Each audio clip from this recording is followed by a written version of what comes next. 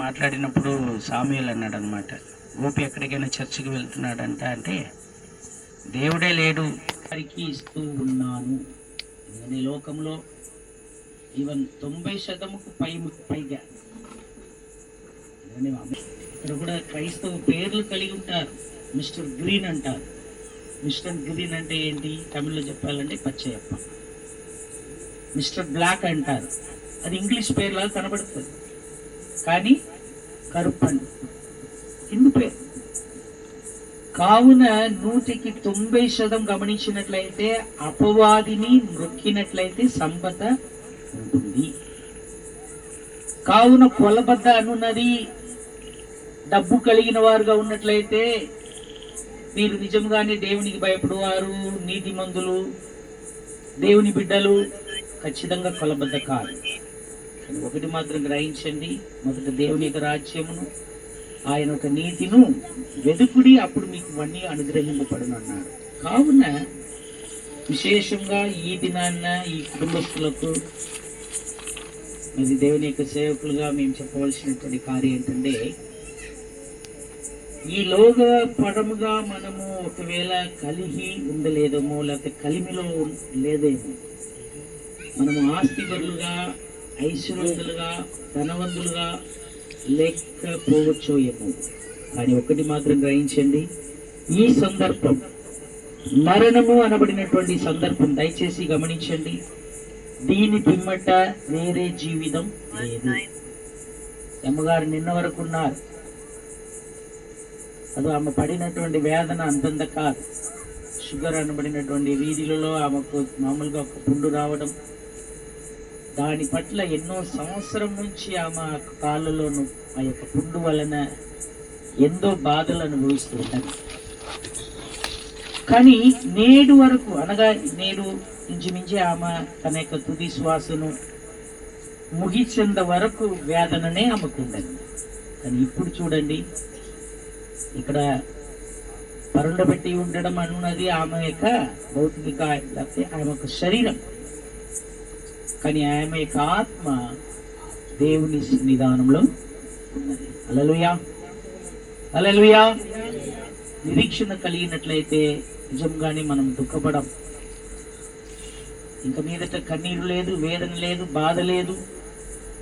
అటువంటి ఆనందకరమైనటువంటి సంతోషవంతమైనటువంటి లేకపోతే ఎల్లప్పుడూ దేవుణ్ణి స్తుతించేటువంటి పరదేశిలో ఆమె కాలు పెట్టి ఉండడం మనకు సంతోషమును ఇస్తున్నది.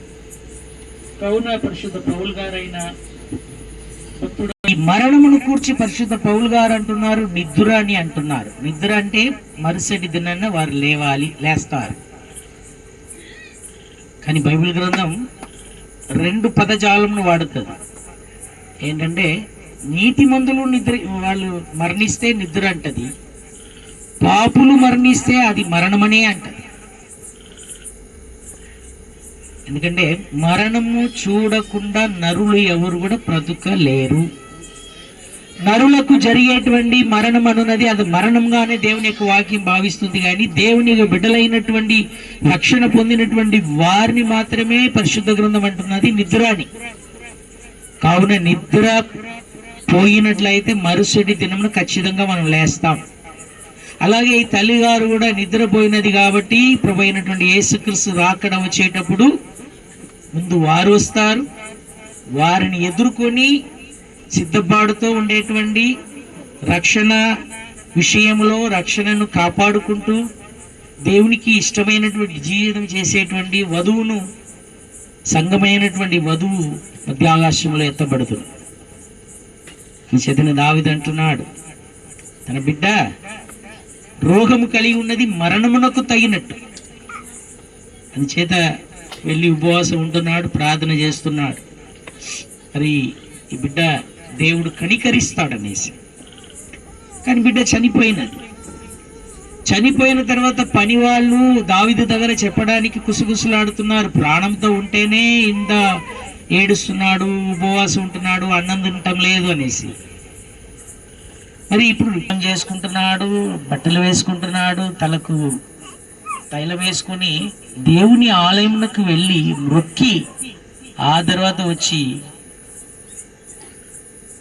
ఆయన ఒక నిరీక్షణ కలదు. అందరూ అడుగుతున్నారు, అయ్యా నువ్వు బిడ్డ వ్యాధి ఉన్నప్పుడు నువ్వేమో ఏడుస్తుంటివి, మరి ఇప్పుడేమో, ఎందుకంటే సహజంగా చనిపోయినటువంటి స్థితిగతులు సహజంగా ఎవరు కూడా, అంటే చనిపోయినటువంటి వారి ఇంట్లో అయితే వండడం వీలు కాదనుకోండి. ఈవెన్ ఇరుగు పొరుగు వారు కూడా అట్లా సహజంగా వండరు. మన జీవితంలో ఉండేటువంటి నిరీక్షణ ఏంటంటే, దావీదు అంటున్నాడు, నేను వాని ఎద్దుకు వెళ్ళుదను గాని వాడు నా ఎద్దుకు రాడు. ఎందుకంటే ఇదే ధనవంతుడు అంటున్నాడు, చచ్చిపోయిన తరువాత సుఖవంతమైనటువంటి జీవితం చేసినటువంటి ధనవంతుడు వీధిలో పడి ఉండేటువంటి లాజరు ముఖం చూడడానికి కూడా, లేకపోతే ఆయన బలలో నుండి పడేటువంటి రొట్టె ముక్కలతో తన యొక్క కడుపును నింపుకోవడానికి ఆశ కలిగి ఉండేనంట లాజరు. దరిద్రుడే, కానీ దేవుడు ఆయనని అబ్రహాం ఒడి అయినటువంటి పరదేశికు తీసుకుని వెళ్ళినాడు. ధనవంతుడు అయినటువంటి వాడి పేరు చెప్పబడలేదు, వాడు పాతాళంలో వేదనను అనుభవిస్తున్నాడు. కావున అక్కడ వెళ్ళేసి అడుగుతున్నాడు, అయ్యా నాకు దప్పికగా ఉంది, ఆ యొక్క లాజరు వేలును ముంచి నాకు ఒక చుక్క నా నాలుకను తడిపితే చాలన్నప్పుడు అబ్రహా అంటున్నాడు, అక్కడ మోషే ఎలియా వంటి ప్రవక్తలు ఉన్నారు. అంటే ధర్మశాస్త్రమును ప్రవచన వాక్యమును కలదు, బైబిల్ కలదు అనగా. కావున ఈ లోకంలో ఉన్నంత వరకే మన యొక్క తీర్మానం ప్రభు సన్నిధికి వెళ్ళడమా లేకపోతే పాతాళమునకు వెళ్ళడమా చాలా ప్రాముఖ్యమైనటువంటి విషయం. కావున దేవుని యొక్క బిడ్డలైనటువంటి మన జీవితం మనకు ఇవ్వబడినటువంటి రక్షణ అన్నది అది విలువైనది. అన్ని పోగొట్టుకున్నా, కష్టపడినా, దారిద్ర్యంలో ఉన్నా, అప్పులు కట్టడానికి వీలు కాకున్నా, ఫైనాన్స్ కట్టడానికి వీలు కాకున్నా, మనకు ఉండేటువంటి రక్షణ అనున్నది చాలా విలువైనది. దాన్ని మనము నిర్లక్ష్యం చెయ్యకూడదు. కానీ ఒకటి మాత్రం తెలుసా, ఇది అనేకులకు ఇవ్వబడింది. చాలా మంది బాగుంటారు, చాలా మంది మరి సౌఖ్యంగా ఉంటున్నారు. ఈవెన్ రోగం అన్నది అందరికీ సహజమే, అందరికీ రాగలదు. ఈవెన్ నేను అంటుంటాను, మన కాలనీలో మన సెల్వరాజు గారు అప్పుడే ఆయన 3 స్థలం తీసుకున్నారు. ఈ గొప్ప నిరీక్షణ, రక్షణ ఈ కుటుంబ వారికి కలదు. ఈవెన్ గణేష్ గారు కూడా ఆఖరి దశలో చాలా బాధపడ్డం మనం గమనించినాం. ఈ తల్లి గారు కూడా ఆఖరి దశ మాత్రం కాదు, కొన్ని సంవత్సరాలుగా ఆమె పడినటువంటి వేదన అంతంత కాదు. కానీ ఇవ్వబడినటువంటి నిరీక్షణను బట్టి, రక్షణను బట్టి తను దేవుని సన్నిధానంలో ఉన్నది. కావున మనం కూడా నిరీక్షణ అనబడినటువంటి రక్షణను నిర్లక్ష్యం చేయకుండా, విశేషంగా కుటుంబస్తులకు తల్లిగారిని చూచేద్దాం అనబడినటువంటి నిరీక్షణ మనకు కలదు. అటువంటి నిరీక్షణ కలిగిన వారుగా మనం జీవితాం. తండ్రి దేవా, నీ నామమున నీ సన్నిధానంలో వస్తున్నాము.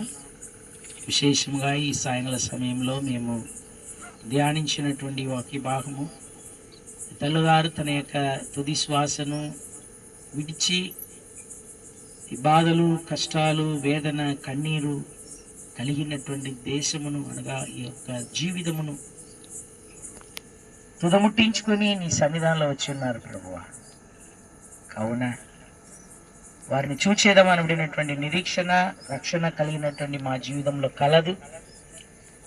అయినను ఇక మీదట జరగవలసినటువంటి ప్రతి కార్యక్రమమును నీవే బాధ్యత వహించును. రేపటి దినాన జరగబోయేటువంటి భూస్థాపన కార్యక్రమమును సకాలంలో జరగడానికి కృప దయచేయండి. అన్నీ కూడా మాకు చేసేటువంటి దేవుని వైపు మేము తేరి చూస్తున్నాం ప్రభువా. నీవే కుటుంబస్తులకు, బంధుమిత్రులకు, సంఘస్థులకు కావలసినటువంటి ఆదరణను, ఓదార్పును కలగచేయవలనని. ఈ జీవితం అన్నది శాశ్వతం కాదు. ఎప్పుడు ఎవరికి ఏమి సంభవించినో మేము గుర్తెరగలేము ప్రభువా. కావున మా జీవితంలో మీకు కృతజ్ఞత కలిగిన వారుగా జీవించేటువంటి కృప మాకు దయచేయబడవలనని మీ సన్నిధానంలో తప్పించుకొనొచ్చు. యేసుక్రీస్తు అత్యున్నతమైనటువంటి నామములు అడుగుచున్నాం మా పరలోకపు తండ్రి.